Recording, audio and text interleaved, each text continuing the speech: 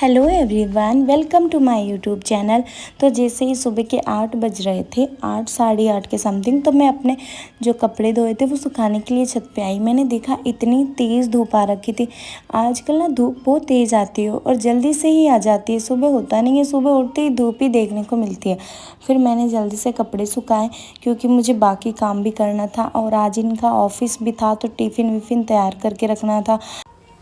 फिर मैं आ गई थी नीचे। मैंने सोचा पहले झाड़ू लगाया हुआ था, तो मैंने सोचा पहले पोछे लगा लूँ, क्योंकि फिर अंशु उठ जाएगी तो साफ़ सफाई का काम तो फिर होगा ही नहीं। तो फिर मैं यहाँ फटाफट पोछे लगा रही थी कि वो उठ ना जाए। फिर मैं आ गई थी किचन में और फिर जो चाय वाय के बर्तन थे वो सब साफ़ किए।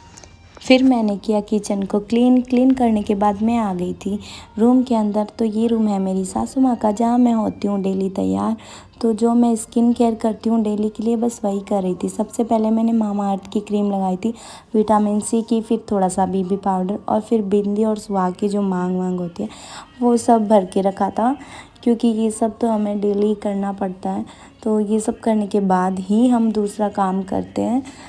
तो जैसे आप देख रहे हो, मैंने थोड़ा थोड़ा करके सारा अपना जो प्रोडक्ट है वो अप्लाई कर रही थी। आंखों के अंदर मैं काजल लगा रही थी। ये काजल ना मेरा फेवरेट है, मार्च का काजल है। फिर मैंने लगाई पिंक कलर की लिपस्टिक लगाने के बाद मुझे याद आया कि मेरे को अभी पिनअप करना है। तो फिर मैंने साड़ी पल्लू पिनअप किया और फिर पिनअप करने के बाद मैं लेके आई अपने इयररिंग्स और मंगलसूत्र जो पहन के रखा था। वैसे मैं नाइट में उतार देती हूँ क्योंकि मुझे डर रहता है कि कहीं मेरी बेटी के कहीं चुभ ना जाए, तो इस चक्कर में मैं नाइट में रोज़ उतारती हूँ, फिर सुबह वापस पहन लेती हूँ। फिर मैंने बनाया इनके लिए जूस, क्योंकि आज इनको जाना है ऑफिस, सोमवार का दिन है। तो मंडे को वही वापस रूटीन शुरू हो जाता है जो हमेशा होता है, बस संडे के दिन थोड़ा चेंज रहता है।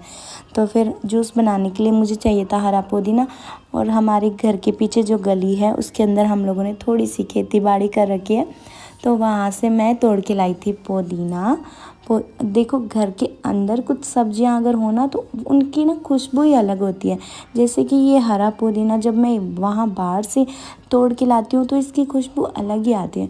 फिर जूस तैयार होने के बाद मैंने उनको जूस दिया, फिर मैं वापस किचन में आ गई।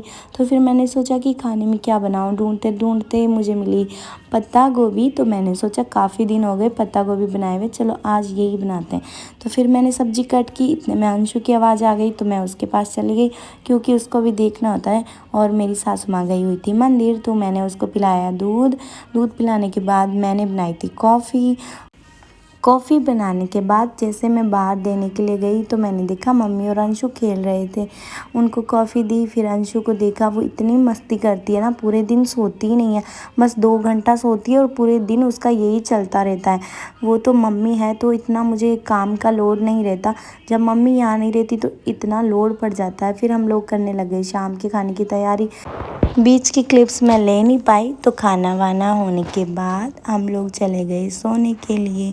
तो मैं भी अपने रूम में जा रही हूँ।